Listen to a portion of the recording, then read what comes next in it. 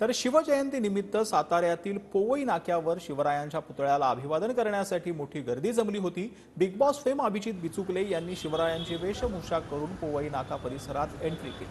यावेळी शिवरायांचा वैचारिक वारसदार जो आहे तो मीच असल्याचं त्यांनी सांगितलंय। शिवजयंती निमित्त सर्व सातारकरांना अभिजित बिचुकले यांनी शुभेच्छा देखील दिल्या। कलाकार या नात्यानं मला किंवा अनेक कलाकारांना छत्रपती शिवाजी महाराजांच्या रोलमध्ये यावं वाटतं, त्यांची रंगछटा घ्यावी वाटते, वेशभूषा करावी वाटते।